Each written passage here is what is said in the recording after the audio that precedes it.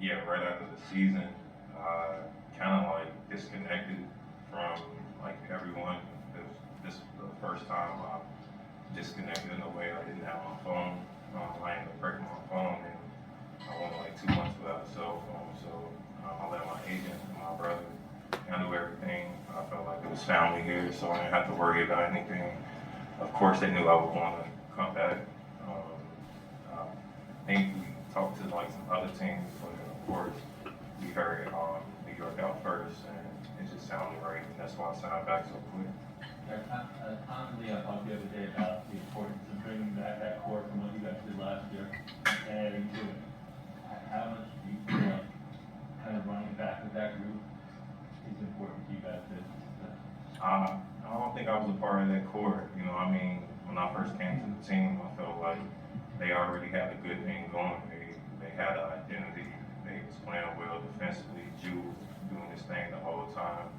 And me coming in, I felt like I just had to find a place to fit in. And playing alongside the Quick, AD, everybody in the second unit, I was trying not to step on no toes. People was kind of worried about me coming in, stunning Quick growth.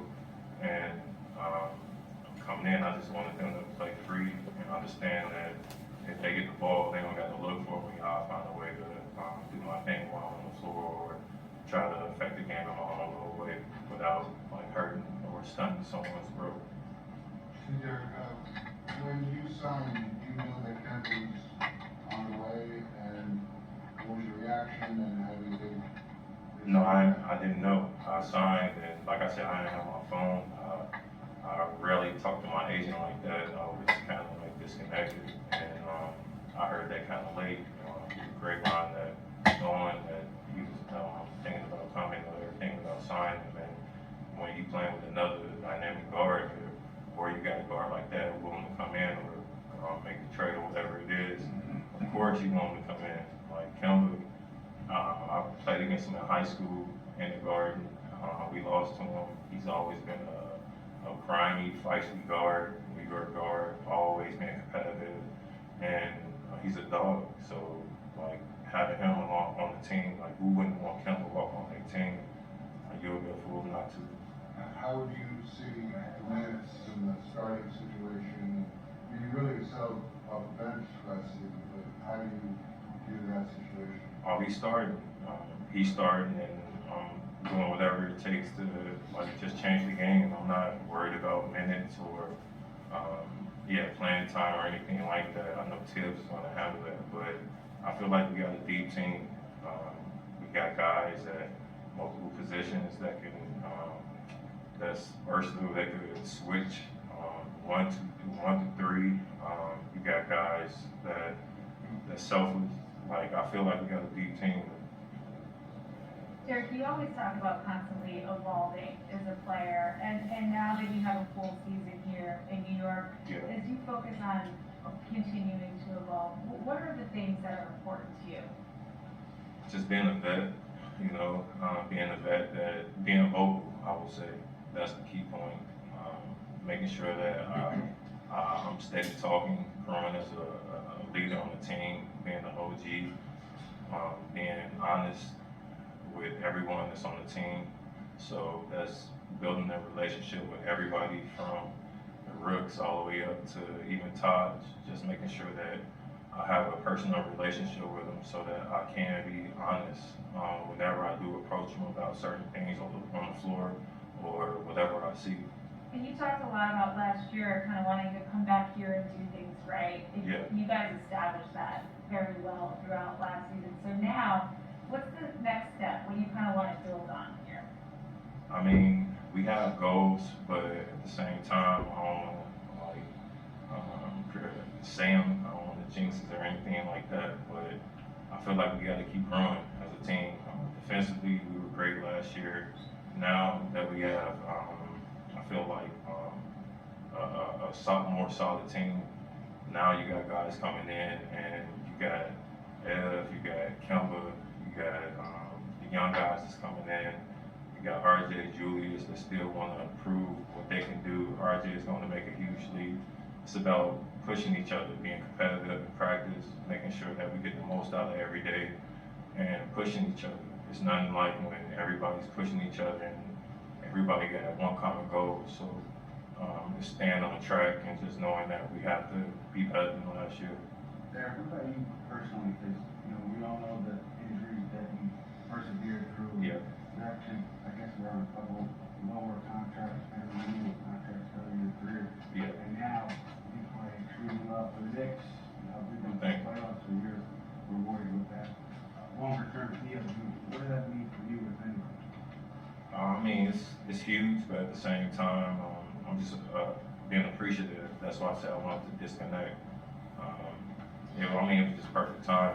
My girl ended up watching my cell phone. We were in Joshua Tree. I don't know if she did it on purpose or not, but my phone was broke, and I kind of got some clarity through that, where being disconnected, being with the family, you spend so much time with your teammates that your family kind of comes second.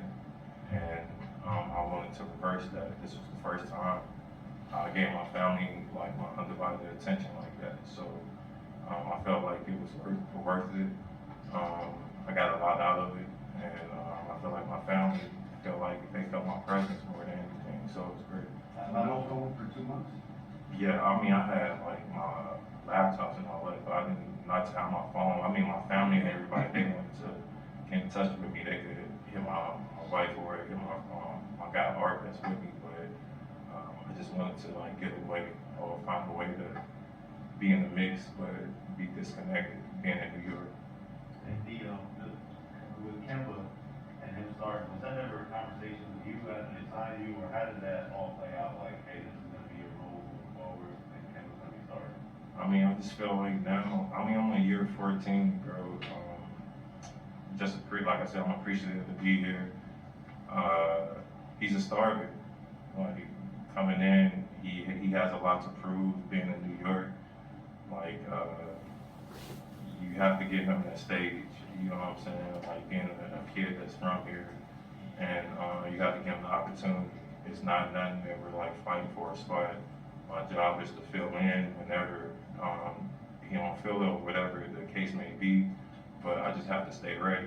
It's nothing like we're competing for anything now. Like I'm cool with that and come up. And you said that you didn't consider yourself a part of that core that built last year, but you did have a lot on your shoulders by the postseason. Do you think the addition of Kemba and Fournier will take some of that off and really help you and Julius and RJ? I think so. If anything, I think it's gonna help the first group play more fluid. Where I feel like Tibbs wanted the ball to hop around a lot more. Julius, he's been doing a great job with looking at film and trying to get better by looking at that film. And I think that we're gonna have a solid run.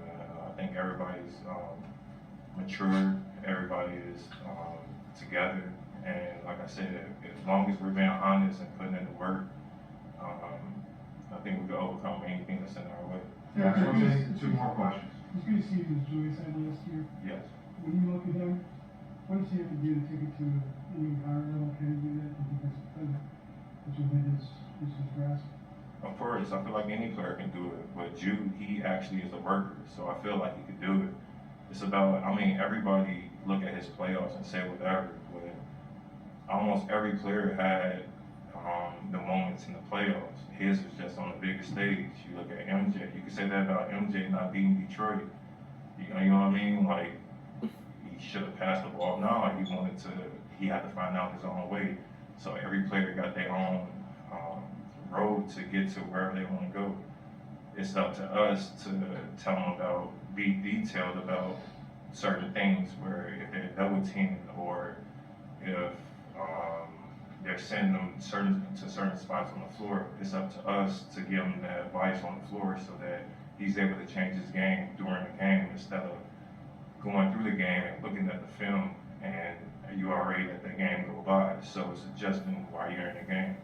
Derrick, your guys' bench unit last year had a lot of success. A lot of different types of lineups had a lot of success. What do you feel like you guys did well as a group that you can bring into this year?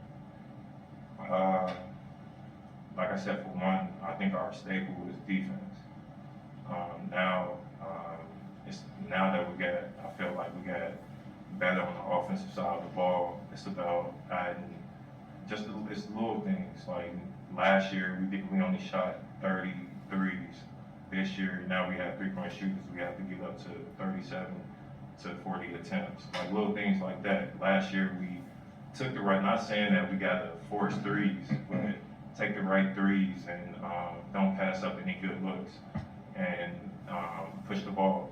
I felt like last year we didn't push we didn't push the ball the way that we needed to get easy buckets or get easy looks for Julius to get downhill or to get RJ going downhill to open up the floor for everybody. All right, thanks, Derrick.